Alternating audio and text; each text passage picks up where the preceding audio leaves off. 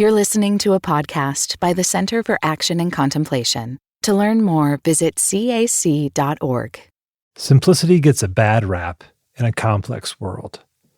Simplicity can be viewed as a dumbing down, or even as a dismissal of the necessary intricacies of an interconnected life in a thorny reality. This can be true, but there is a deeper truth, a radiant simplicity that warmly embraces complexity with a contemplative gaze. Father Richard calls this a second simplicity. It is the freedom of a beginner's mind that patiently engages paradox with a childlike wonder and intellectual inquiry while resting in the mercy of the mystery of God. In today's conversation, we meet back in Richard's hermitage with Richard and his faithful dog Opie and dive into a conversation on Chapter 9, A Second Simplicity. In our time together, we talk about the entangled journey with complexity and simplicity, meaning-making, and the endlessly evocative ripples of the simplicity of the Gospels.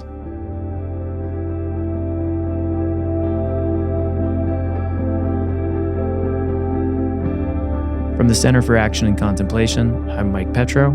I'm Paul Swanson. And this is Everything Belongs.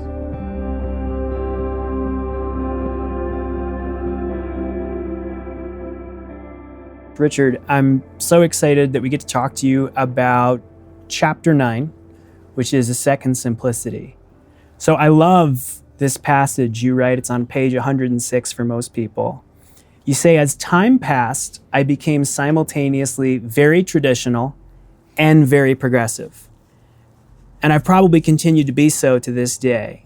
I found a much larger and even happier garden, and you're referring back to the garden in Revelation 21. I totally believe in Adam and Eve now, but on about 10 more levels. And you say literalism is usually the lowest level of meaning. Well, I'm glad I said that in that book. I didn't know. Oh, yeah. I already believe that way. Good, oh, yeah. Good. And listen to this part. It's great. I've lived much of my subsequent life like a man without a country, and yet a man who could go to any country and be at home. This nowhere land surprised even me. I no longer fit in with either the mere liberals or the mere conservatives. This was my first strong introduction to paradox, and it took most of midlife to figure out what had happened and how and why it had happened. And we were talking a few minutes ago, and I was telling you that I'd recently heard a Jungian say that we have to suffer because suffering introduces us to our own internal paradoxes. That's right. And then that teaches us to think paradoxically so we can face the world in an adult way. Very good. And you call that a second simplicity. Very good. How does facing our paradoxes bring us to a second simplicity? How? How does it do it? Well, first, what does it really mean to face our paradoxes, to face our own catch-22s and inconsistencies and When you're hurting, when you're not winning, when you're in the belly of the beast, you can't be your perfect self. You can't be your ideal self. You see all your inner contradictions to what you say you believe and what you really are. That's the big paradox. I thought I was a believer, but at this moment, I don't care about God at all. I just wish he'd get me out of there. You have to see that you're a mass of contradictions. Now, you don't believe that till you experience it on an emotional level, that I say this, but I feel that, if I'd be honest. You know, one of the points I'm making in my new book on the prophets is when you see religion as a cult of innocence, you do not value self-knowledge. You really don't. In fact, I'm used to conservative Catholics just telling me, your teaching is just psychology. And they say just psychology with a dismissive hatred in their voice, you know. When you see religion as solidarity with human suffering, those people, for whatever reason, value self-knowledge, value because they've begun to see the similarity between the soul and God. And that just keeps growing and growing and growing. God and we are not living in two different universes. We're children of God. We're offspring. We reflect the same universe. So, I don't know that I'm answering your question now. Get me again. Well, no, I appreciate that, because when I first started studying Jungian psychology, people used to ask me, what's the most important thing you're learning? And I would say it's that just about everyone feels just about two opposite ways about just about everything, just about all the time. They just don't know it's normal, and they just don't know they have permission to feel that way. Oh, wow. And so I hear you saying that when we are honest, when we put a value on self-knowledge, we start to see those contradictions and those tensions. We really do. And that what's wild is initially that sounds crazy making. But what I love in this chapter is you walk us from that place to the place of second simplicity, which is being at peace with that. Yes. And what does it look like to come to peace with that? Where does that take us? You're at home in the real world. You don't try to differentiate between totally good and totally bad. I mean, I have to say it, some people hate me for it, but the Tao symbol comes to mind. It's really brilliant. Yin and yang, you know. In the middle of the white, there's a black dot. In the middle of the black, there's a white dot. Damn it. But that's the shape of everything. If you're honest about it. So the connection I'm trying to make in the book on the prophets is these very people who valued honest self-knowledge, people who value self-criticism. Because once you know yourself honestly, you say, you know, I'm not the perfect being I've created in my mind that I am.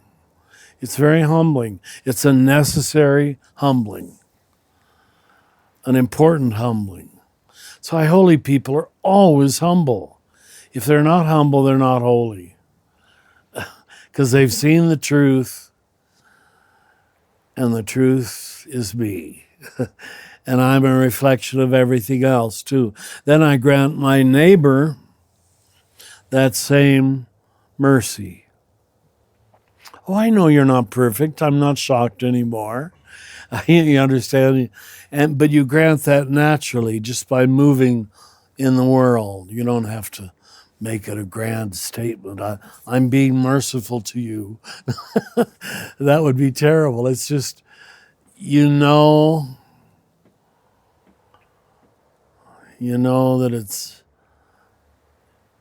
it's a broken world. And if God doesn't love this broken world, God has nothing to love, nothing. That we have this much hatred. And I think this is part of why Falling Upward can be such a helpful text. Like when I was looking over your book and doing the reading for these conversations, one of the things that became very apparent to me was looking at the different titles that led up to Second Simplicity. And it kind of shows you what you got to go through. You got to go through the tragic sense of life, the stumbling stone, necessary suffering, home and homesickness, amnesia and the big picture. And then you arrive at the second simplicity. Second simplicity. Which it kind of feels like it's a somewhat earned and unearned creative beginner's mind, where you know you can know and act upon only so much paradox, and that you have to let the rest in mercy and mystery. How would you put that in your own words of like, you can accept so much paradox, but you also can't own and know everything? Would you say you let the rest in mercy and mystery? Yeah, that's what it comes down to. It is, you're sensing how delicate a line it is, because we don't want people to end up with the universe is chaos. Yeah. We're not saying it's chaos, it's paradox. That's why I think Jung resorted to the language of alchemy, solutio, dissolutio. I list them all in my next book. Why can't I think of them right now? But he watched what happened in chemical mixtures and said, this is what happens when you hold opposites together. They form a new solutio. Now remember, alchemy, its original goal was to create gold. They thought if they put together the right minerals, they could create gold. Well, he got it. He's talking about creating inner gold. And you hold your sin and your forgiveness or your compassion together, and you've got gold. But it doesn't happen in a minute because you thought that. It happens over time. That's why, all things being equal, older people should be wiser. They've had time for the gold to metamorphize. I love any alchemical metaphor because I love the idea of first taking things apart, recognizing the opposites and the tensions that we hold so we can put them back together in a new way. Recognizing that when we hold things in tension, a new possibility can emerge. Recognizing the transformation that comes from holding that tension. Richard, how do you think we do this in our spiritual lives when we sit with our own tensions and our own contradictions? When you let things be complex, and you don't have to resolve it, but you hold it in its complexity, the paradox is it becomes simple. Now, it might take weeks or months, or for many big issues for many people, even years, where the contradiction is overcome. Now, what overcomes it is always a jolt of love, of compassion, of sympathy, of empathy. Now, if you're blocked toward those, it won't happen. Hatred will exaggerate the difference, the complexity.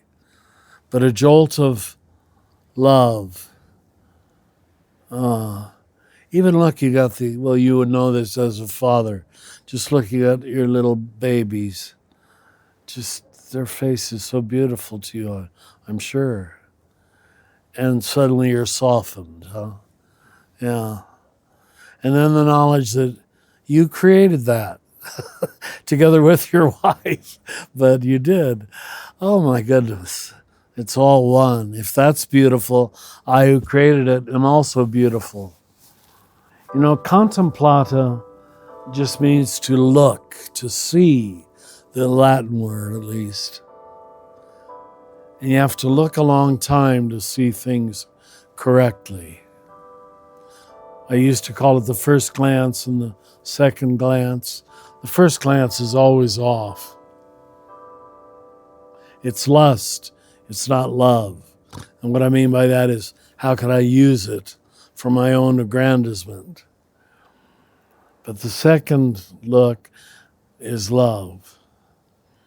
That's why I don't want you to confess here, but I hope you didn't marry your first girlfriend. You know? Right. The first one is all lust. And you have to learn from it and then choose one where now you're just capable of the beginnings of love. Yeah. Yeah, well, there's so many directions we can go with that. I was like, I'm going to take a different direction just because of what popped in my mind as you were talking about that was there's this exhibit of Georgia O'Keeffe and Henry Moore, the sculptor. And so to have them paired together. And what I'm noticing is because my daughter was taking an art class there, so I would get free access to this. I've been 3 times already. It's only been open a month. And there's a first glance. Oh, it must be great. Yeah, there's a first glance of looking at art where you're just kind of like, oh, that's cool, that's neat. Yes. But then when you keep revisiting it and you sit with it, there's something Good for you, Paul. There's scales that start to fall, or there's things that start to really shine through that you weren't noticing before. And for me, it connects to what you're talking about with the lust and the love. And we certainly do that with people, but I think art and truth, like we don't always notice a truth at first glance until we sit with, some of the truisms that we've grown up with, and we can the deeper meanings get revealed through them. And I Beautiful. think some of the simplicity of the gospel gets more nuanced and textured the longer I sit good with word. it. Textured. So, Paul, that tees up a question I have. Tell me if this makes sense. It's going to take me a second to get there. But I love that you just used the word meaning and that you described it as a deepening experience over time, right? I love talking about meaning. Meaning is so central to who we are as humans. You know, I love Viktor Frankl, who wrote Man's Search for Meaning. He said that we as humans are meaning makers, we're meaning generators, and that we need meaning to survive. But if we have a sense of meaning, he says this as a person who survived Auschwitz, if we have a sense of meaning, we can navigate anything. Right? He quotes, "He who has a why to live for can deal with any how." Or think about Jung, who says that we need meaning so deeply that if we don't have a meaning for our lives, we get sick. Right? Jung defined... That's America today. Yeah, yes. Yeah. Yes, absolutely. Making money is not a meaning. It's a tactic. It's a neurosis. Yeah. Well, and that's it. Jung says that every neurosis is a suffering of the soul that hasn't discovered its meaning. And yet, I don't think that meaning is a rational reality, right? It's not an equation that makes things make sense. What does it mean to have a deepening sense of meaning for our lives? That's my question, Richard. What does meaning mean? That's excellent. It's, I think, in part what the Germans meant by their word Gestalt, where just suddenly you get a skeleton, almost a shape.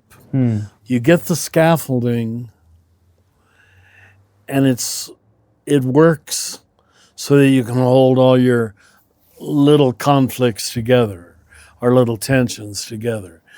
It's the superstructure or the substructure. Either one applies. But it's not the structure itself. It's like, that's what the gospel is supposed to give us. That God is using the cross to bring us to resurrection. Once you have that big scaffolding, it's amazing how much you can fit inside of it. So meaning is the big superstructure and substructure that is largely held unconscious. And that the word we had for that till the Enlightenment was myth. A good myth, it doesn't operate consciously, it operates unconsciously. Well, I think it's in that first quote that we started with where you mentioned moving beyond the literal. Yeah. I think we take our good stories and trap them in literalism and make them about history instead of what's more true. Yes. Yeah, there's a snippet from last night. My kids have discovered Calvin and Hobbes. Do you remember that comic strip? Oh, yeah. How could I forget? We have all the books. I've been waiting 8.5 years for my kids to pick up one of these books. And so we've been reading them. They have to be a certain age to appreciate them? There's the level of storytelling and somewhat philosophical nature. Is a little older. It's a little older. So there's things in there that they are not picking up on. But it's also very, very funny. Sure. And it's brilliant. But in the comic, Calvin mentions purgatory. And really? So my daughter asks, who's 8.5, asks, what is purgatory? So then we started talking about purgatory and heaven and hell. And I'm thinking, this is so great because I'm pointing towards the mythic imagination. Like, she needs to know that these concepts are real things that we walk through. And to your point about here and now, but also it was safer for that in this comic strip of a 6-year-old and his stuffed animal, Tiger. It was a safer way to talk about it than within the context of potentially a church institution, because this was way more playful, a lot more laughing, and then it became a playground instead of a classroom. And then picking it up. And you did that with your kids. And we did that. And it seemed it was a really fun conversation. But how long did it take? 10 minutes, Oh, okay. Because it's like, Yeah, part that's all they can sustain. Yeah, part of our kind of parenting philosophy is how can we keep spotlighting these moments as they arrive? Oh, that's we beautiful. can point out these mythic I imagination can't wait to see what opportunities. your kids are like. Well, and we touched on this in our last episode. I feel like this is what second simplicity is, right? We talked about how in our last episode, a lot of us deconstruct a painful and terrifying theology of heaven and hell. Yeah. And then we throw the images away. Yes. Whereas the second simplicity is Very coming good. back. And when we come back to them as images, when we recognize that, Jesus talks about heaven and hell all the time, but Jesus is always teaching in parables. And when we realize he's being parabolic and metaphorical, it doesn't make it matter less, it makes it matter more, Yes. but in a completely different way. In a completely different way, because it talks about things that matter in this life and matter now. Like we've all, talk about purgatory, we've all been in that uncomfortable liminal place. Yeah, very good. Is it in Matthew's gospel where it says, and he only taught in parables? Yeah. Oh, It was wow. like, if that's true, he was like telling us, don't get literal about all this. He only taught in parables. That's so powerful. How quickly we forget. No, it's Yeah. so true, because we do take everything as parable, but if he's talking about heaven or hell, we immediately create a literal theology Literal, around yeah, it. And very it says he good. only taught. And we know parables. who's going where. And we know who's going where. Absolutely. Protestants. You're all going to hell. Did you know Oh, that? I thought it was the papists. Call no man father, Richard. It's all so silly. Oh, Oh, gosh, what a gift. what else you got? I think that's for me where I would want to land this one is one more thought on what it is to have a sense of meaning.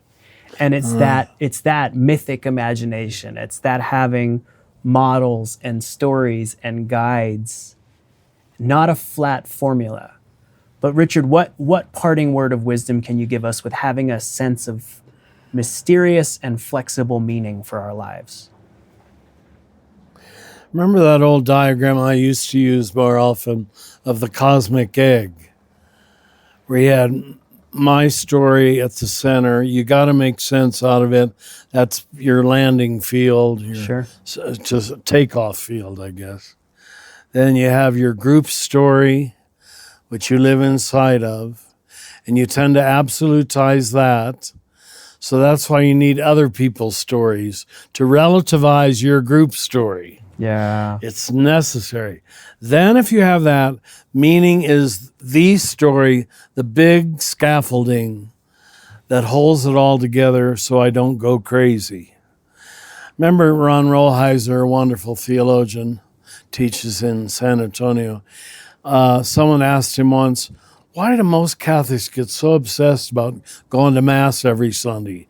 Not that they do anymore, but they used to. And he thought for a minute, he said, because I think they'd go crazy if they didn't.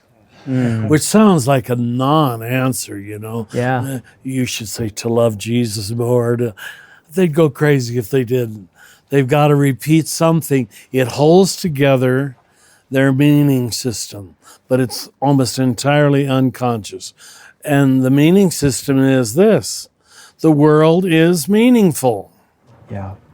That's the meaning system. Now, how do you construct that? Each of us does it a little differently. The teenage boy who is obsessed with sports, that's his meaning system. Trouble is, it's all about winning and losing. And for me to win, I've got to create losers. That's why that paradigm has tended to win. Win-lose, not win-win.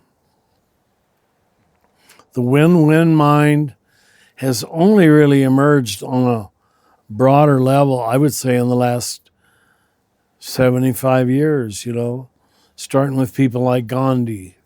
Now, Jesus gave it to us, but Jesus was way ahead of time, and the world wasn't ready, still isn't ready for Jesus. But he did give us a perfect scaffolding to live in a win-win world where we can even love our enemies. There's no way to describe it but win-win when you're told to love your enemies. And when he idealizes Samaritans over Jews, this man is revolutionary, huh? So meaning is, it sounds like I'm saying nothing. Meaning is to know that I don't know it consciously. It operates in the unconscious, I think. I don't wake up each day, I have a meaning for my life. But it's operative. And what reveals it is happiness. Interesting. You're not irritated at everything because it all has meaning. You can grin, you can smile, you can care, you can have compassion. Happiness is a good giveaway. And the ability for other people to create their happiness even at your expense. In other words, to allow yourself to be laughed at. When you can maintain your sense of humor about your own group, your own eccentricity. And therein is the catch-22. And I know we're running out of time and we need to stop, but the catch-22 of, one, knowing that we need a sense of meaning and that it's one of the greatest gifts for us, and two, obsessing about feeling like we need to find the deep meaning in everything. Yeah. What's the thing you say? It won't be deep, it'll be invisible, but operative. And what is it? Is it mystery that you say it's not that it has no meaning, but it has infinite meaning? Yes. How's mystery that go? Is not, you can't figure it out, but you can never stop figuring it out. There's no end to its unfolding. That's mystery. And perhaps that's what meaning is tapping into the mystery of our own life. Mm-hmm. That there's no end to its unfolding. Very good. Right? Confronting our paradoxes, knowing those paradoxes go on forever, learning to laugh at them, letting them teach us to love paradox around us, and just letting it unfold infinitely. I see Catholics do that. I don't mean to say it's just Catholics. I'm sure you all do it. But with the Eucharist, there's constantly a new book coming out with, it means that. It means that. It means that. I have become friends with a Greek Orthodox priest who's left the priesthood. So this isn't his job security anymore. And he's writing a book on the Jungian analysis of the Mass. Ooh. I said, why would you be writing that? He said, because it's true. That tells you, whatever Jesus meant by this, do this in remembrance of me. It's mystery. Wow. Yeah. It never stops unfolding. Yeah.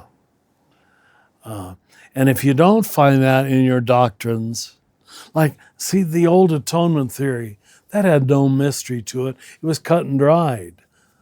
Debt had to be paid. Jesus paid it. A lot of blood flowed. It was a lot of sin. It's all transactional, as I say. It's not helpful. It's not mystery. Mystery you can move around inside of. And, Mystery can be enjoyed. That's a good word. Mystery can be enjoyed. Tell me something. What would be a mystery inside of your Protestant upbringing? What maintained a level of mystery? The notion of grace, maybe? Yeah. Grace is the first one that comes up for me. That's grace, yeah. And it's true. Saved by the blood of Jesus. Grace is, Too different. But also connected. I got you. Thanks to the blood of Jesus, grace is now everywhere and just waiting for you to receive it. And so what a mystery that the blood of this one person, the man God. But what were you going to say, Mike? I grew up Pentecostal, Spirit-filled Pentecostal, so there was also an infinite mystery in the indwelling presence of the Holy Spirit in our life. That's good. Yeah. And that was, I experienced mystery in the tension of being taught how to find God, but then also being told to trust personal experience and the individual revelation of the Spirit, or the tension of grace and also wanting to be holy, and righteous and so on and so forth. That's what made me write the Litany of the Holy Spirit. I wrote it on my 65th birthday 25 years ago because I was in Hermitage, the Spirit meant this and this and this. And I came up with 65 words for the Holy Spirit. And now I'm sure I could add 25 more, because that's a good example. Yeah. The Holy Spirit is mystery. You were just a kid then. Just a kid, 65. I thought I was drawing it all down. Giving us the deep meaning before you left this world. Yeah. You're fun.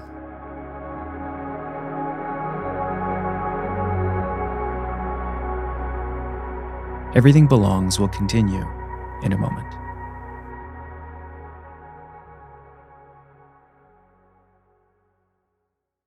What does it mean to embody salt and light? In 2025, Richard Rohr's daily meditations turn to Jesus' timeless metaphor for reflecting love into the world. Amid this season of uncertainty, join us in living with trust, being salt and light. For 18 years, the daily meditations have inspired thousands of readers like you. Subscribe today at cac.org/saltlight2025. That's cac.org/SALTLIGHT2025.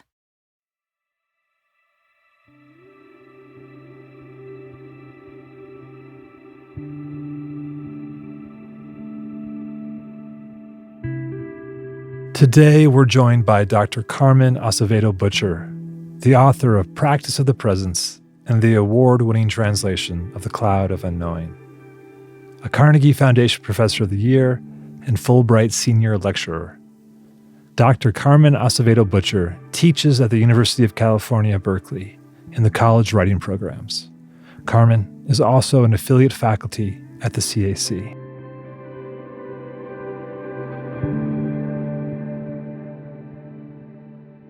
Carmen, it is so great to have you here today. We are such fans of your work, your person, your presence, everything that you bring with you, all the tools and all the wisdom. It just lights up. You light up any room that you're in. And so it's been a joy getting to know you these past few months and the work that we've done together. And, you know, you've been a part of the CAC in these past 9 months. You've been a part of virtual gatherings. You've become an affiliate faculty. You've now a guest on a podcast, been a part of our Essentials of Engaged Contemplation program. The joy just keeps unfolding as we get to know you, and you offer your expertise in all these different mediums. And that's just only one part of your life. You do a lot in this world. What, of all the things that you're doing right now, what's giving you joy? What's sparking life in the way that you're showing up in the world today? Wow, thank you, Paul, for those kind words. And it's great to be with you and Mike, especially because I'm so grateful to the Center for Action and Contemplation for decades. And just this morning, I was checking Facebook, and a former student, sent me a message saying, "It's not public yet." And this is the best message you ever get. "It's not public yet, but I want to share with you some exciting news about a residency that I just secured." And this is a student who is first generation, who's really worked incredibly hard, who I had the honor of teaching and being taught by. And, I just wrote her back saying, "Thanks for sharing it." And this is what makes my life sing, is working with students at Berkeley. I'm an adjunct professor there and in the college writing programs, and I teach research and first-year composition and public speaking, and they really care about the world. They really inspire me. They inspire me to listen better every day, to figure out where they are, what are they struggling with, and how can I make their lives maybe a little bit better. And they really want the planet to be healed and to be a part of that. They're part of that tikkun olam, really. They want to repair the world. And I just want to be alongside them and help them as best I can. But getting a message like that is just sunshine. So great. We'll say more about this in a second, but Carmen, working with you the last few months, I'm such a huge fan of you as a human. I'm so grateful for the work that you do in the world and who you are in the world. I appreciate you as a translator and a scholar.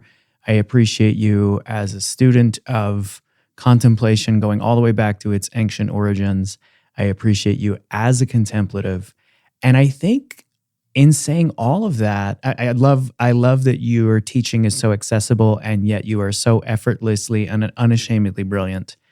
But the thing that right away caused me to immediately trust you as a teacher, aside from the fact that we shared a few really fun exchanges on social media, but what really did it was listening to how deeply you listen to your students and how deeply you cherish the stories and the lives that each one of them are living. And that, to me, we may get into this in this episode, the notion of a good teacher always being a good student. It just struck me. You live that so well, and the love you have for your students is so palpable in the way that you talk about them.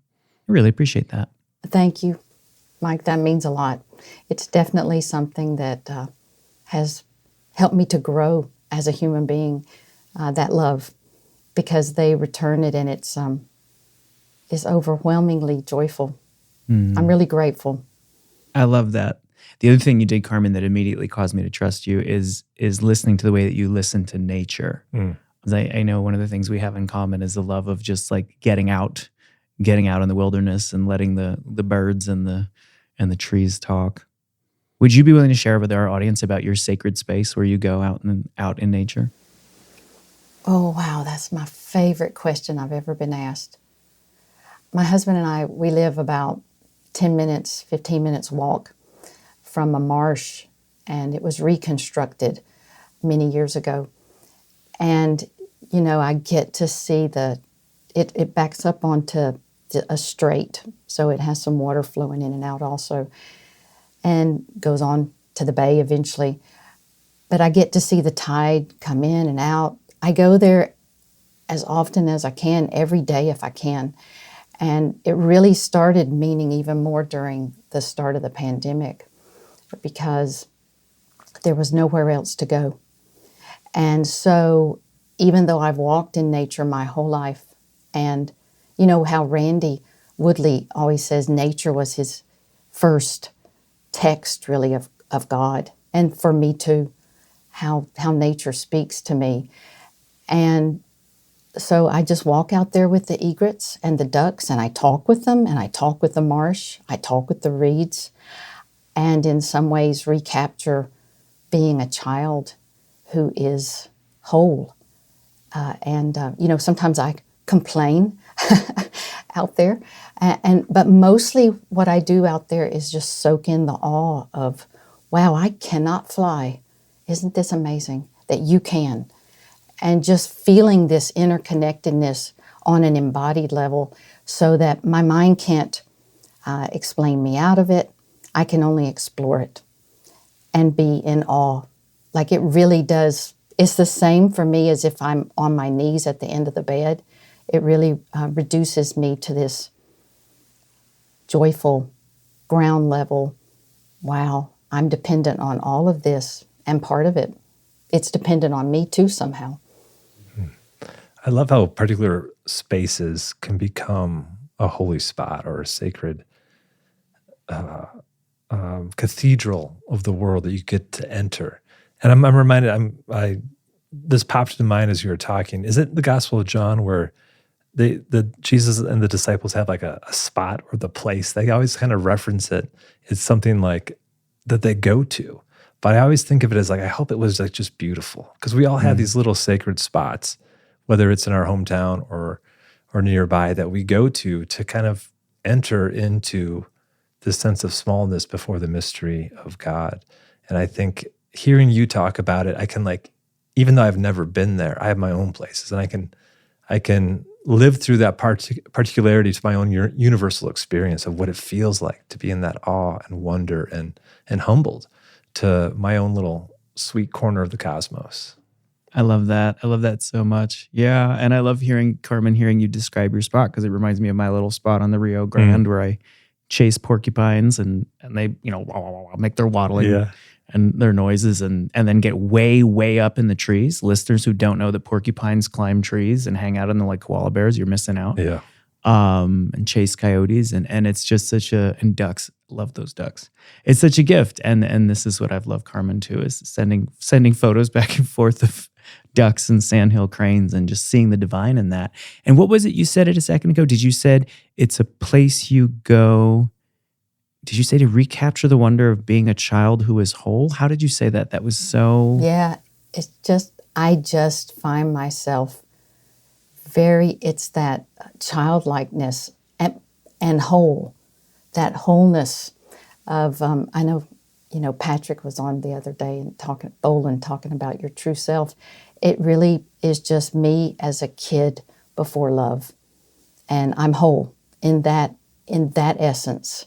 I am totally whole. Still healing, mind you, and also whole. And I love it. And I just want to say, because we talk about paradoxes so often, that to the side of the marsh is a wastewater plant. And a little further on are the railroad tracks. So it's life. It's all of life. But yeah, Mike, I want to say the ducks are my favorites too. Like you and I've talked about, we love the ducks. I just love ducks. They're so great. I'm more of a sandhill crane kind of guy. I mean, the sandhill cranes are majestic and beautiful, but like ducks are everywhere. They let things slide off their back. They look totally calm above the surface, but under the surface, they're moving around. Every time I pass a duck on a run, I can't help myself but being like, "Hey, duck buddies." And a lot of people look at me like I'm crazy. But anyway, this is not the duck podcast. I love that so much, Carmen. And the joy of being a child who's whole, standing before love. What a great way to enter a conversation about second simplicity, right? Which is the chapter we're talking about today. Before we jump into that, and let's put a pin in that and definitely come back to it. One of the things I love, Carmen, when we reached out to you, it was our mutual friend Mirabai Starr who first put you on my personal radar. She actually gave me a stack of your books at one point and said, read all Carmen's translations. When I reached out to you, Paul and I reached out to you to ask if you'd be interested in potentially talking about maybe working with the Center for Action and Contemplation. I love that you already knew Richard and you were already a big fan of his work and Jim and some of our other teachers. I'd love to ask, do you remember how you first encountered Richard's work? Wow, first let me just say that Mirabai Starr, she's amazing that she gave you a stack of books. Yeah, I love her and her translations and other books. Well, I can definitely remember when I first met Richard because I was exhausted. And I think that was in a way good because it meant my defenses were down. And I was really kind of an open vessel to receive. It was over 30 years ago. And I just have to say that I know for me, school has always was a way out of an abusive childhood home. So my mother made my clothes and we weren't wealthy, and grades, like making A's for me, was the way that I was able to get scholarships, which enabled me to go to school. So grades were kind of like bricks in this path I was trying to build out to freedom. And I didn't know I had dyslexia, so I just thought I was dumb. This really makes me a kinder teacher. I'll be honest with you, it ended up being a blessing in that way. But everything took so much longer. But somehow, thank you, God and kind teachers, I made it through college and I made it through a PhD. And this is when I met Richard. So I had just climbed the mountain of a PhD. They say you don't get a good PhD gets you. And it was the first in my family. And I felt so full. I had just spent all this time analyzing all the books of American and British lit and being queried by all these, brainiacs. And I was tired of reading as a job. Paul, you and I have talked about this. I had read so much for school that it had become overwhelming. It felt like a job. But I was still a person who browsed bookstores. So I'd given up reading, which sounds odd to say out loud. But I was browsing in a bookstore and I came upon this very unassuming book. And I opened it up, and on one of the front pages, it just had one word. And in between each letter of this word was a little centered dot. So it was S.I.M. and it spelled out simplicity. And I'm like, okay, that's kind of, I can handle reading that. Simplicity. Well, then I turned the page and I see this German, and I had studied on a rotary in Heidelberg for a year, and it said on there, von der Freiheit loszulassen. And I was like, the freedom to let go, I need that. Because I had all this stuff I had crammed in, and walks had helped me kind of take it in, because I walked during my dissertation and PhD studies, but I needed to let go. But I didn't know how. So then I noticed the dedication, because I'm always like trying to figure out, is this person who wrote this book kind? Because if not, that's going to change my perspective. And then it had, but the dedication was so kind. It was to the little ones and to the family and friends of this person. And I hadn't really heard of the author so much, maybe just in passing, but not really to stop. And then it had 2 quotes on the frontispiece, and I think these sum up everything. One is by T.S. Eliot from the 4 Quartets, the 3rd poem, and it says this: "These are only hints and guesses, hints followed by guesses, and the rest is prayer, observance, discipline, thought, and action. The hint half guessed, the gift half understood is incarnation." So T.S. Eliot, top of the intellect, top of white culture really, Western civilization. And the other quote was by a poor man in Nairobi. And at first I thought it was a parable. It says, "Oh Lord, don't ever let us move into stone houses." But when you read the book, you find out that it's actually Richard Rohr who had spoken at a cathedral in Nairobi. And he even asked someone there, what does that mean? Don't let us move into stone houses. And they told him, we live in huts and we have no doors. So your family's my family. We come and go. My family's your family. As soon as you build a stone house, you have doors. As soon as you have a door, you have a lock. As soon as you have a lock, you have belongings. And there's this separation. And I was like, who is this person? And then, I know this in the book we're talking about today, but Richard's repertoire is so deep.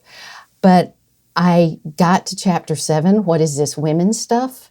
And he explained my whole past. So it ended with the feminine insight as a rediscovery of Jesus' spirit. And people should come over things. And I felt lighter just looking at the book in the bookstore, so I bought it and walked out. So it was Simplicity, Richard's book, Simplicity. And that's how really he began to lighten my load. A good teacher will lighten your load and give you more joy. Like, it doesn't weigh you down. And here's the thing, I just want to say this about Richard before we get too deep. I heard long ago that there were 2 kinds of teachers. There were the teachers who, when you take their class, you're like, oh my goodness, you're brilliant. And then sometimes when students tell you that, you'll also find they might be saying things like, but I don't really understand what we're learning. But the teacher is brilliant. And then they say, but the other teachers are the ones, when you leave their class, you think to yourself, as you leave that teacher's class, you think, I think I might be smart.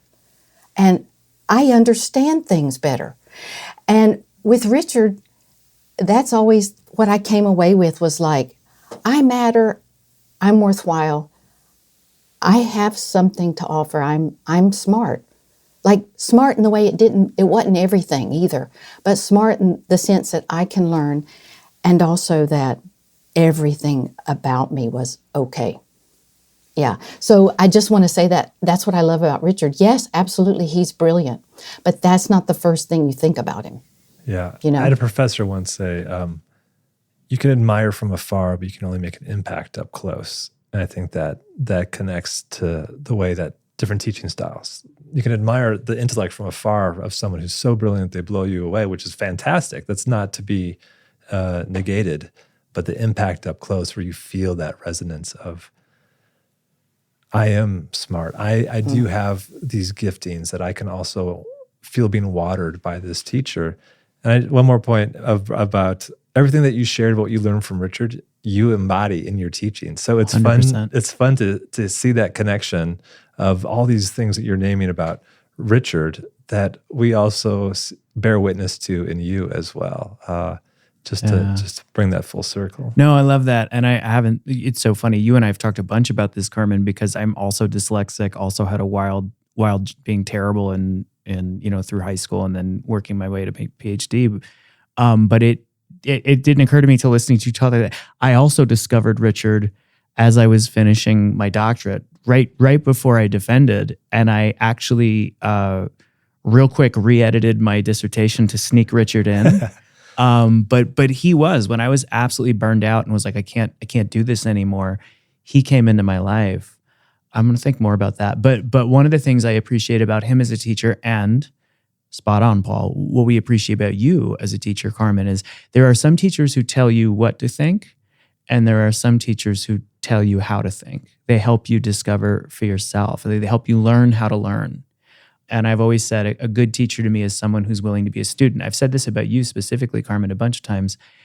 A good teacher maintains their curiosity and is always asking questions. And they let their own students be their teachers. So all that to say, in the things that we learn from, Carmen, I'd love to know, last but not least, when did you first bump into Falling Upward in general, just the book? Well, it was about 14 years ago when I was 20. No, I was 49. And you know how in episode 1, Brene Brown was talking about her second time through when she was writing the foreword, that it felt like it saved my life, she said. And when I heard that, I was like, that's it. I literally felt like it saved my life. And I'm going to get emotional. It made me feel safe. It was less of a reading experience and more of an embodied encounter with love. Because at that time, on the outside, my life looked together. And later I would learn I was living with high-functioning depression, which fortunately I don't have now. But, I was doing the best I could. I was living with my very kind husband, Sean. He's British. We met in England. Our 2 young children. I was teaching full-time in a tenured job at a college in Georgia. And, if you looked at my resume, I used to think this all the time. If you looked at my resume, you'd be like going, you don't have any reason to have any problems. Because I was Phi Beta Kappa, I'd done all the things you were supposed to do in academia. I'd published some books. I'd translated very recently The Cloud of Unknowing. I've been really pulled to it. It was a very intense experience of Lectio Divina because all the people I've ever translated do Lectio. And so when you translate them, you reread the Bible verses. I mean, that's one of the things I did in graduate school was read the Bible through 3 times with commentaries to learn what it actually says, not what I was always preached, growing up. But when you're translating, and these are people who seamlessly bring the Bible into all of their thinking, anytime there's a biblical allusion, you literally stop what you're doing and you go study it for a long time. So it was, in other words, it was 9 months of about 6 to 8 hours a day of translating, AKA Lectio Divina, sacred reading, steeping in it. And that was, for me, shadow work. Because I remember thinking at the time, have you ever noticed, Carmen, because you know how you have conversations with yourself? And I remember, and I was doing all the things. I was taking our children to school. I was volunteering at their schools, doing talks to 3rd graders and things like that. But I remember telling myself at the time, have you ever noticed you don't hurt as much when you're translating? Because I was able to sort of take the focus off of that. Because what I was taught growing up was that you swallowed your hurt. That was just what you did. You didn't voice it. I mean, they often talk about that's the way that men do.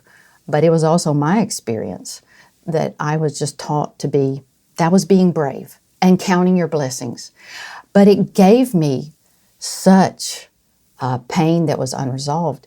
And so after working with The Cloud of Unknowing and it translating me, I totally was undone.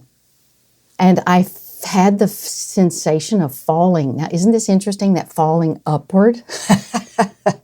Falling upward came into my life then, because my falling was down. I was falling. And for the first time in my life, I couldn't trust my mind. I was having suicidal thoughts that really scared me. I had 2 young children. I love them very much, and my husband, and I thought, I've got to go to counseling. That was not how I was raised, to think to go to counseling, but I found a counselor and went.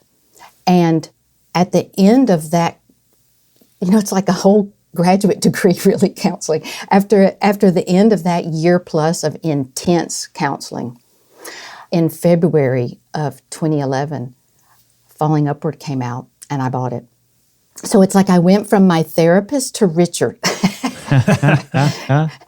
again.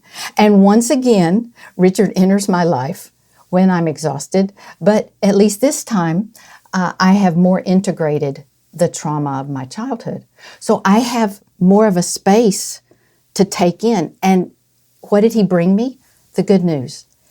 He brought me also later, of course, Jim Finley, through the Center for Action Contemplation, who says that, God comes to you as your life.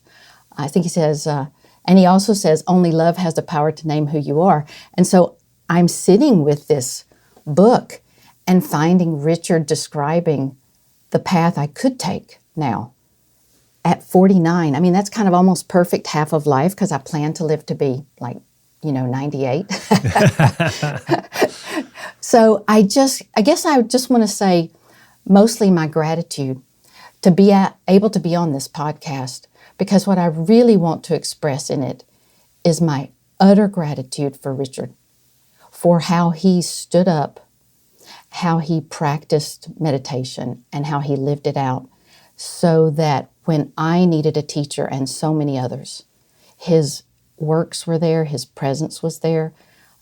Because Paul, you often talk about safe containers, how we need safe containers. And it always makes me think of Mike's and Mike's teacher, the psychoanalyst, Ann Ulanov, who talks about how we need safe containers so we can discover what we already possess. So I really thought I was worthless, really. And Richard taught me that I have worth, that God loves me. And this sounds so simple when you say it out loud, but until you know it and experience it, it's just words on a page. And Richard made that, as he likes to say sometimes, you infect people. It's like he passed that spark on to me. All those things that we say, but when it happens to you, it's so life-changing.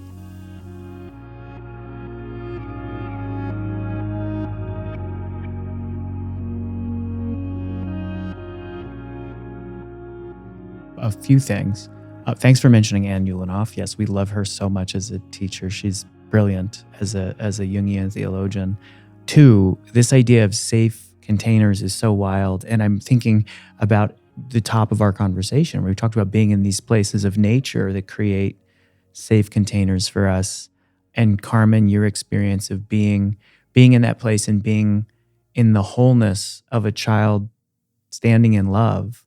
And it's leading me to ponder how, in Falling Upward, we talk about moving from the first half of life to the second half of life, but how much of the second half of life is actually going back to the first half of life to heal wounds and to do work that's left right, from a challenging childhood or a difficult loss or an existential dilemma or a deep depression or all of the above plus stuff.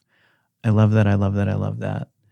Also, I love, Carmen, that you mentioned your connection like the cloud and then reading Falling Upward, because one of the things that we know is that in this chapter of Falling Upward, Second Simplicity, Richard, in a footnote, specifically mentions your translation of the cloud as a translation that had recently come out that he was a huge fan of. So that's what a fun synchronicity and connection. Did you spot that the first time you read through the book? Well, yeah. but it was a surprise. I don't remember if I knew ahead of time. I only remember that because I'm the kind of person that reads footnotes, nerd alert.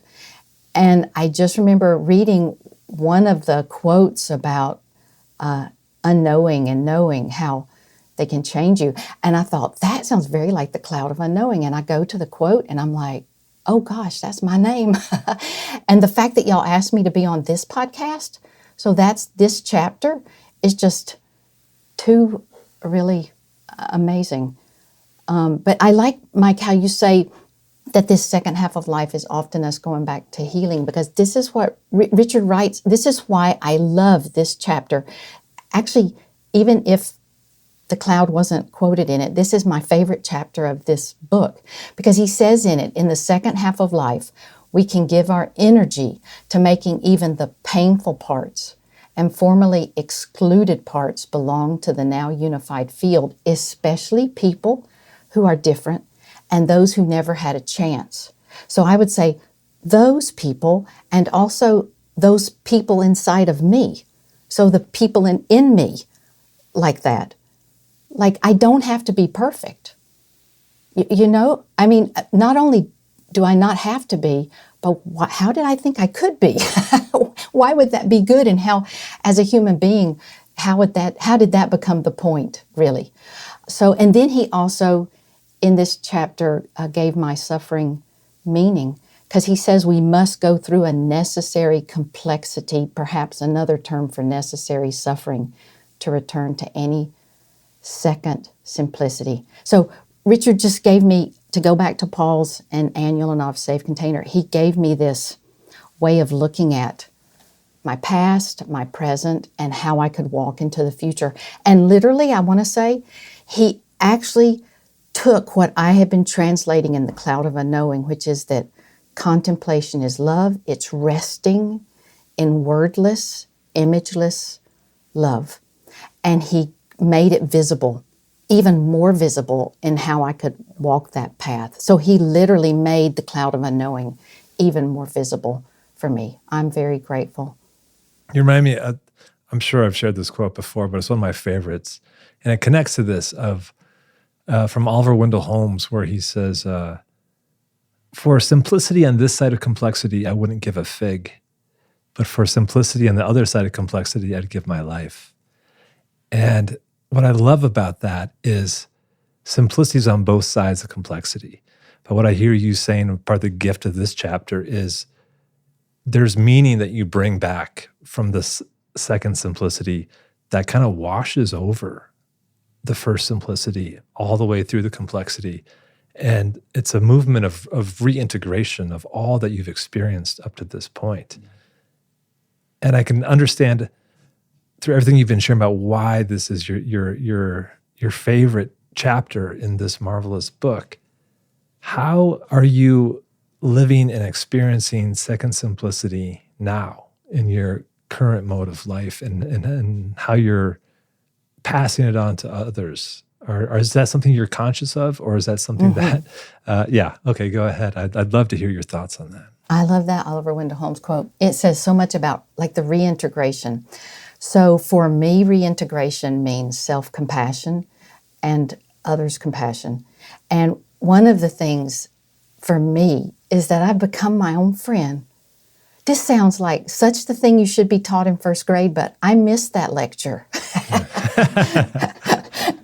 You know, Richard says in this chapter, he says, and this is one of my favorite quotes ever, I don't need to push the river as much now, or own the river, or get everybody in my precise river, nor do others have to name the river the same way I do in order for me to trust them or their goodwill.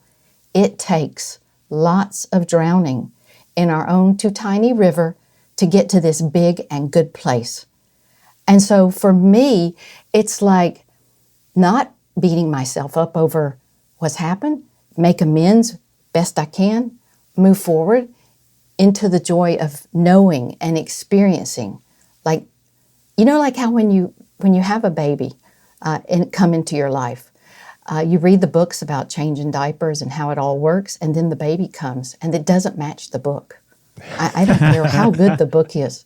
Do you know? And you can hear about self-compassion. You can hear about love, but until the love of God, but really knowing I don't need to push the river. I am the river. I am the love of God, and I'm loved. And that no matter, as Jim says so inimitably, no matter what comes my way, God is with me in it. No matter how painful, no matter how joyful, God is with me. I love that. I love that. I love that. I love that. And I also love the notion of like reading the book and then the life experience doesn't match the book. And so we're a couple episodes into this season and we're a couple chapters into Falling Upward. So even in that and thinking about Falling Upward, we don't want to turn Falling Upward into a roadmap that, doesn't quite fit with our lived experience. We're like, I'm supposed to be in the first half of life right now. I'm supposed to be in the second half of life. So I think about the Great Invitation and even thinking about this schema through the lens of a second simplicity. So I'd love to ask both of you, Paul, you too. So how, Carmen, starting with you, having read the chapter, it's your favorite chapter, you've integrated it to a degree that is wild. What is second simplicity? What do those words mean to you? Second simplicity is as much as possible living in this moment. So it's listening to you, Mike, listening to Paul, knowing that Corey is there, keeping everything running with such joy and intelligence and kindness. And it's just being in this moment. And that is the thing. Can I explain it? No, absolutely not. That's it. And I think of Richard, he talks about simplicity means onefold. So it is that oneness. So it's also being with everybody listening into the podcast. Isn't that odd? Because they're not listening right now, but they are. So it's really this mystery, isn't it, of oneness? Yeah, just holding into that. And you just made me accidentally make a connection between podcast recording and prayer, of that notion of like something you do that's intimate and personal, but also connected to a bunch of people who are there but not there. Yeah. Wild. That mystical podcasting. Wow. Paul, what do you think second simplicity is? Well, I'm going to just back up for a second about something you all said about not creating a roadmap out of falling upward. I think that's so wise. I'm reminded of a story by Anthony DeMello where he talks, in some parable where he tells a story about this map that can lead you to a certain kind of euphoric place or a place of union, and how so often we'll just frame the map and we'll put it on the wall and talk about what a great map it is. And but to actually go on the adventure, the map can be useful, but it's not everything. And I feel that's very similar with falling upward. And I think that's true with second simplicity. I mean, my own sense of understanding is it is immersive in the moment. It's paying attention to what is before me. And I feel like for me, my children are my greatest teachers in that, of when they spark a sense of aliveness and immersion into what is happening right now, not the ways that I can use my brain to try to think forward in the future or get mad about something in the past. It's the joyful, pleasant presence of the present tense. And I actually just felt like I witnessed this in a film. I don't know if you all have seen Perfect Days. It's a Wim Wenders movie, but it's about a man in Tokyo who cleans toilets. And you watch him go through his days, and he's so attentive. He takes pride in his work. He's loves the shadows, movements of trees. And as we're talking about this, I keep having this image of him in that film where it's just this, he embodies the second simplicity. And I can tell I'm not there because I'm using a lot of words to talk about second simplicity, but I can feel myself moving deeper and deeper into that invitation of trying to embody that second simplicity myself. Oh my gosh. How about you, Mike? Yeah, you just threw me into a bunch of different thoughts. I think about, for some reason I'm thinking of something, I think it's Joseph Campbell who says that when we look at scriptures and myths and sacred texts and wisdom, we're like people who go to a restaurant and try to eat the menu instead of using the menu to order food, right? That's great. And I wonder, like, it's funny to me to think we could do the same thing with falling upward, right? Falling upward could be another menu that we're trying to eat. I think about Joseph Campbell. I think a lot of people are trying to eat the menu of the hero's journey instead of, like just kind of taking the adventure of their life. But the second simplicity, well, I'll say that I'll tell a different story I'm just going to ramble, right? Should not be new for our listeners. I think about also a professor of mine who told a story of deconstructing all these theories about religious education. He was a professor of Hindu studies. And he said at a certain point in his life, he said, I'd studied everything there was. I'd had this huge, robust academic understanding of the technicality and the psychology of religion. And he said, and it had taken him completely out of a place of belief, but he realized that he missed praying. And he said, I don't know how to pray because I don't believe in dialogic discursive prayer anymore, but I missed it. So then he thought, well, what if I just chose to live as if it was true, but I don't need a reason. I don't need it to actually be true. And I'm just going to engage in the activity because I want to engage in the activity. And then he and I had that conversation. And he's like, and I've been doing that for the last 15 years and prayer makes my life a lot better, you know? And that sort of notion of living in the as if, where I'm neither beholden to those maps literally, nor do I need to throw them away either. I don't know if any of that makes sense. That's kind of my free associative ramble on all of that. It makes absolutely beautiful sense because it's staying open to not having preconceptions to how life really is and to the openness. Because I love how you said, we're not going to eat the menu. And Paul, you're saying we're not going to put the map on the wall. And this is what this chapter does for me. You know, because at the beginning of it, Richard talks about Ken Wilber's being transrational and how true religious experience is transrational. And it is human. So in other words, they're the things we can't explain that happen to us, as Jim says, so very often. And that's not pre-rational. It's not extraterrestrial. Yeah. It's like being human. And I crave that openness. So I love what y'all have shared. I'm going to try not to eat any menus going forward. Just food. Just food. Great. Only the food. As you're talking, I'm thinking about how we can't reason our way to love. We can't reason our way to mystery. It's both these things that we talk about falling into. And I think that's part of what this chapter epitomizes for me is it's that falling into this greater mystery. And there's a bunch of ways we can reason ourselves into the complexity of life, but it's the falling out of that complexity into this simplicity, which doesn't remove the complexity, but kind of brings with it this wash again that I just keep having these visuals of just like this swirl of complexity and simplicity going back over each, like a wave coming crashing in on itself.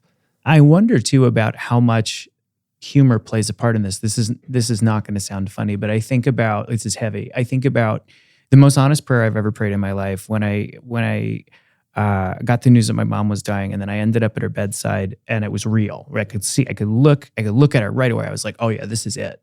This is it. This is worse than they told me.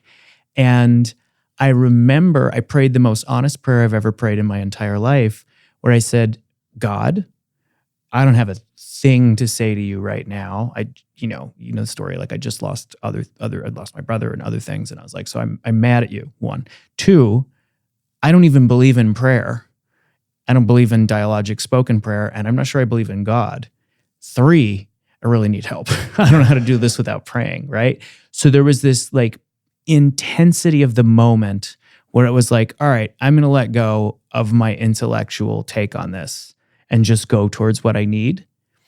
At the same time, not long after, I'm not going to lie, going through this unbelievably intense experience, there was this kind of humorous eye roll where I was like, and here I am going through a major life crisis, and now I'm going to rediscover my faith just like everybody else does. and there's this sort of a in the intensity of that, in the moment of like looking at the ducks, in the intellectual stuff, the connection we make between it, is there a playfulness, I wonder, that just makes space for all of that?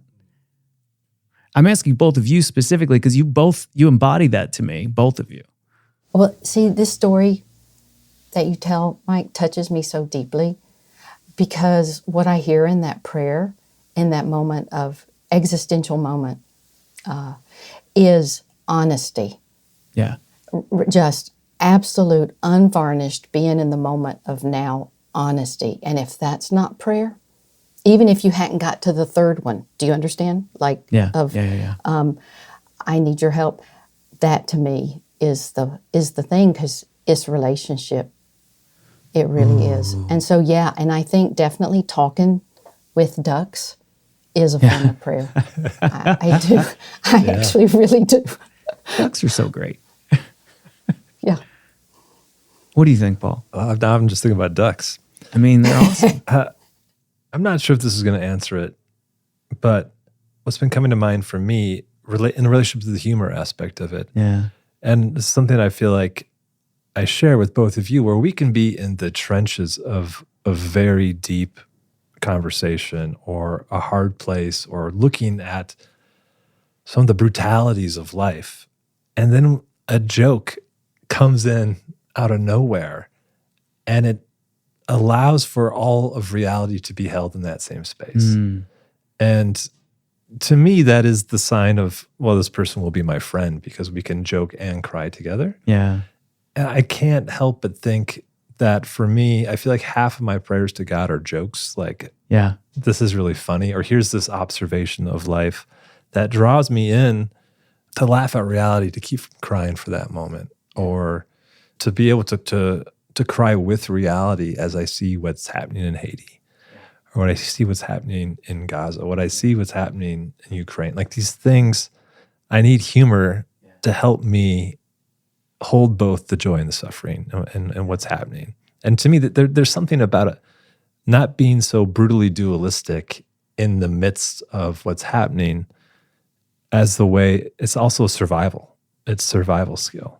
That's so good. I think about, there's a laughter that's denial, and then there's a laughter that you have to laugh. Yeah.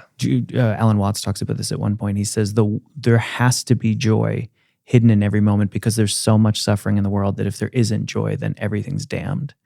And I think, still thinking about Joseph Campbell. Joseph Campbell says at one point, we don't need a meaning for our life. We just need an experience of being alive. And I wonder if part of what you're talking about, part of what let's experience this, what you said, Carmen, is letting ourselves live in a place of almost undefended honesty about what is. And this is now making me understand why Second Simplicity would connect to your translation of the cloud of unknowing, Carmen. And is there something about, like, is this what the cloud is? Is Yes. taking us to a place of just being in it? Yes. I mean, literally, if you go to chapter 6 of the cloud, because it's a dialogue between a teacher and Anonymous and a 24-year-old directee. And he says, I know you'll ask me, how do I think on God as God, and who is God? And I can only answer, I don't know.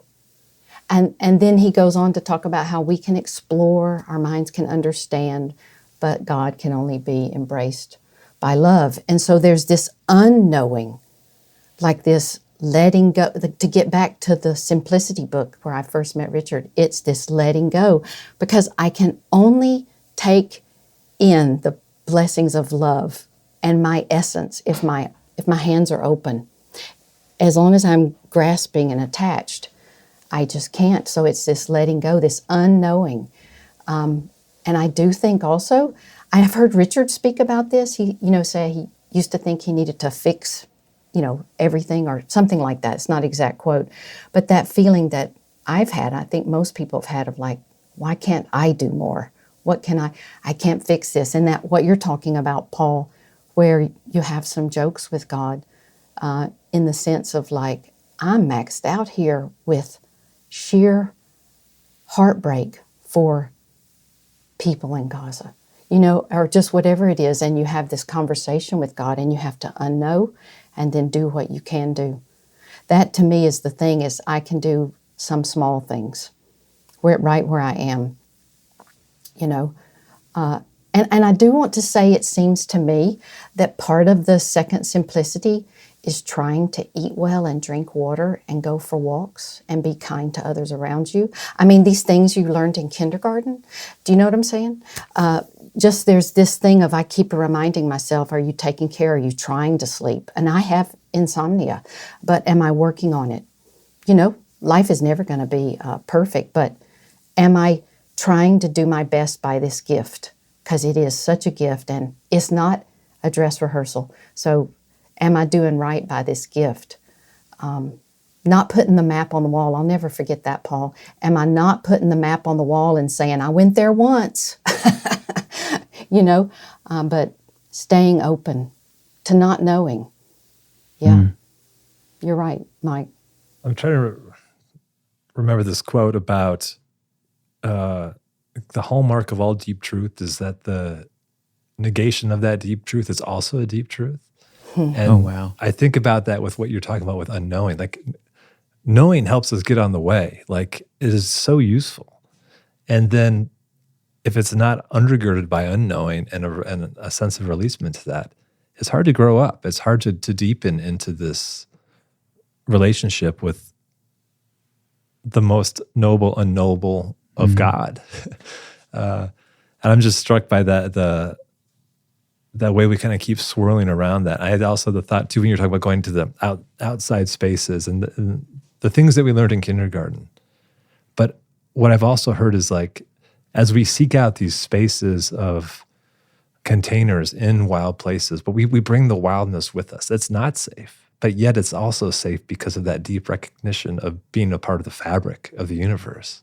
And so to hear you bring that up again, I went right back to where we opened this conversation of holding the wildness and the safety of being in nature and our own spot in it, and how we can't help but see the reality of nature embracing both the wildness and the shelter. I love that. And I think it's why I love to be outside so much. And we're recording this episode in the midst of a ridiculous windstorm here in New Mexico. I'm waiting for a cow to blow by in the window. But there is something beautiful. I'll go out and run in it later. There's something beautiful about this. And what I hear you describing, Carmen, about your time in the marsh, it's such a gift. Thanks for that, Paul. Yeah, I agree with both of you. And just the fact of when you can go out on any day and look up and there's the sky. There's something about that. That's what Richard says is in the second simplicity, whenever it happens, you have this experience of just breathing is enough. Like, that's amazing. And you really do sink into it. So I'm really grateful for those moments when we can go out in nature and just wherever we are, if it's just a tree in a city, and look up. So, yeah. Wow, y'all said so many things. I mean, we're just like riffing off your riding brilliant your coattails. Seriously. On that note, I love that you pointed out that the cloud is a dialogue. I'm thinking about there's a section where Butcher talks about making space for anxiety and doubt. He says, I don't actually trust believers who don't have a little bit of it. And yet we make space for wonder. And what I find myself thinking about now, we're a couple episodes into the podcast. Carmen, you're a huge part of our Essentials of Engaged Contemplation course in the Living School. And I think 85% of the teaching in that course is done as conversations. It's conversations back and forth between teachers and students. It's been a great joy, Carmen, to work with you in a lot of those conversations. And we talk about the importance of dialogue over definition and exploration over explanation. But sitting here in this brilliant conversation, learning with the two of you, I wonder, is conversation the container that makes space for our curiosity and lets us hold the anxiety and the doubt and the wonder? Carmen, how is conversation a place that lets us live in second simplicity, as opposed to, say, like instruction or a list of rules and precepts or even philosophies to live by? I love that. Conversation is the container that holds our curiosity, that allows us to get past a list of instructions. I love it. Just exactly the way you said it, because for me, I try to teach conversation with my students, model it, first of all, listening. We often do a few exercises where we talk about listening is hard. Do you know, like really deep listening? And I don't mean hard as in you regret it or it's painful or something like that, but it takes real effort. And it's not like you just turn up and listen necessarily. You have to actually be mindful about it and and all of that. So by heart, I mean good, but paying attention, what you talked about earlier, Paul. And I think conversation, because I love the word converse, because the verse part is also in universe, and it means to turn. And since uni is one turning, converse is turning with. So it's like we're dancing. So I'm listening to you two are listening to me. You're saying incredibly, amazingly kind things that I'm going to have to sit with about me. and we're trying to really bring meaning to our lives. I think in the sense of turning up for each other and seeing each other and seeing ourselves in God.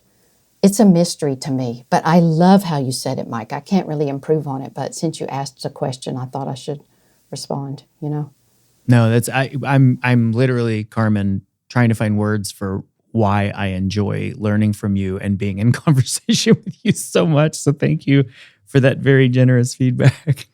That was an incredible question. I mean, I think the way you phrased it and the way you responded to it, Carmen, just it elevates even the purpose of this podcast, and the question itself is we're a part of this great conversation throughout what we might call a tradition, but it's the conversation that gets carried out and goes on side tracks and comes back and expands, and more folks get to join and some depart. I just think that's the gist of it. That's the joy of being in this on this path. Yeah, that's so good. We work at the Center for Action and Contemplation, and I'm thinking that contemplation in action is rooted in a lot of conversation. And again, something I've learned from our conversations with Carmen in the Living School is that contemplation, I used to think of contemplation as it's getting quiet and it's getting alone. And it's interesting to think of that being in the service of contemplation is not deep ignoring, it's deep listening. It's deep listening to, right, the sandhill cranes. Yeah, the sandhill cranes, the ducks, the sandhill cranes. I love that because it reminds me of when you sing in a choir, and really and truly, you listen to others so that you balance. You're trying to listen to others. You're not just saying to yourself, am I singing well? That's just not the point. You're trying to do your best to contribute to the melody and the harmony, but you are definitely listening to others, watching the conductor.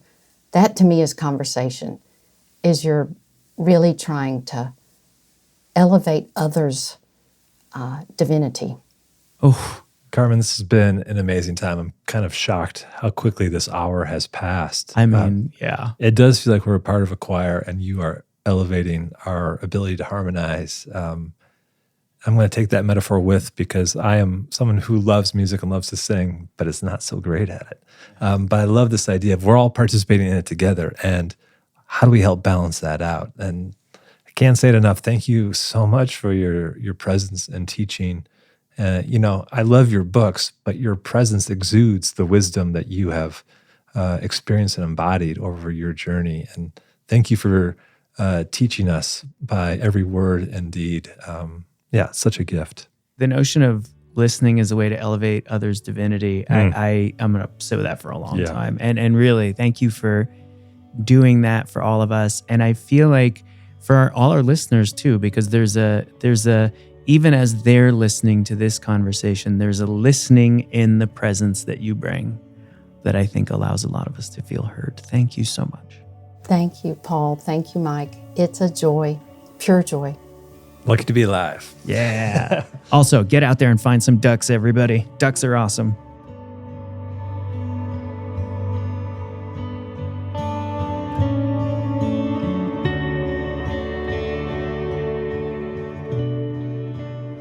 Oh my gosh, Carmen's the best.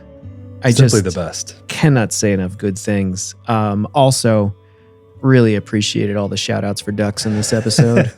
I think it was the most shout outs that ducks have received on any podcast. Yeah, our listeners should know that Carmen being Carmen immediately put postcards in the mail for Paul and I. Me getting a postcard with some ducks, you getting a postcard with some cranes. And on your postcard noted that the standout moment of the episode is Paul saying, I'm more of a sandhill crane man myself. There's some things you just have to be very clear about. And for me, that's sandhill cranes. Goodness gracious. What I love about Carmen is she's so brilliant and yet so effortlessly accessible and practical and real. We can have these beautiful conversations about language and mystics and history, and then just the raw simplicity of seeing ducks and sandhill cranes and talking to the divine walking through a marsh. Doesn't get any more real than that. You nailed it. I think because Carmen walks this path in every aspect of her life, whether she's teaching, writing, translating, writing postcards, out with the ducks, she has, to me, that kind of contemplative gaze open to the world, and is always seeking to interact and engage with whatever person, species, plant is before her. And it's contagious, like that. Her joy and that overflows from a brilliant mind and a way to simplify things so that you're seeing what truly matters. Yeah. I'll add a stinger to the episode that's not in the episode. One of the things Carmen said once that blew my mind the most is she was talking about the word respect. And she said it's like, I can't do her voice. She said it's like from the word spectacles, but it's so you look at something again. And when we respect something, we take another look at it to see even more deeply what's there. And that's what I love about this whole approach to second simplicity, is acknowledging the things that we're being called back to in our life to look at again. And in their simplicity, to let them become revelations and become new for us. That's it. And I think you just said it so well. And Carmen teased us up for this, of where do we need to bring these eyes of second simplicity back into our life? It's a good prompt to leave with our audience. What's coming alive again? What's shimmering for you right now? Where's the duck in your world?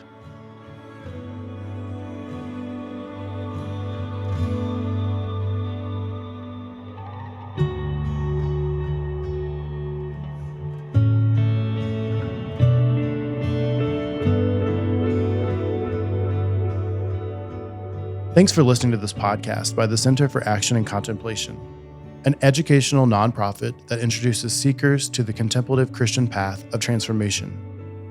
To learn more about our work, visit us at cac.org.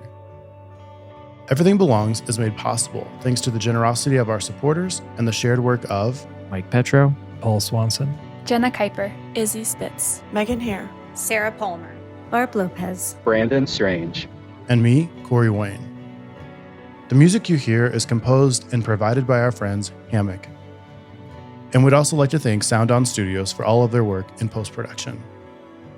From the high desert of New Mexico, we wish you peace and every good.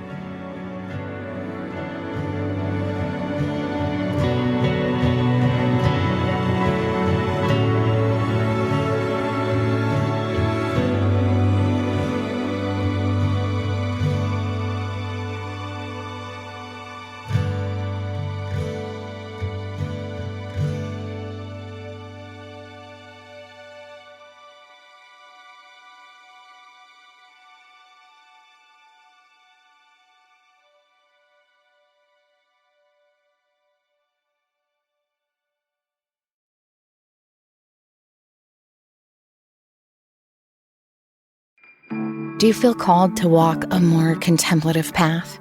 The Center for Action and Contemplation is an educational nonprofit supporting the journey of inner transformation. Our programs and resources will help grow your consciousness, deepen your prayer practice, and strengthen your compassionate engagement with the world. Learn more about our resources, such as publications, podcasts, email series, and events at www.cac.org.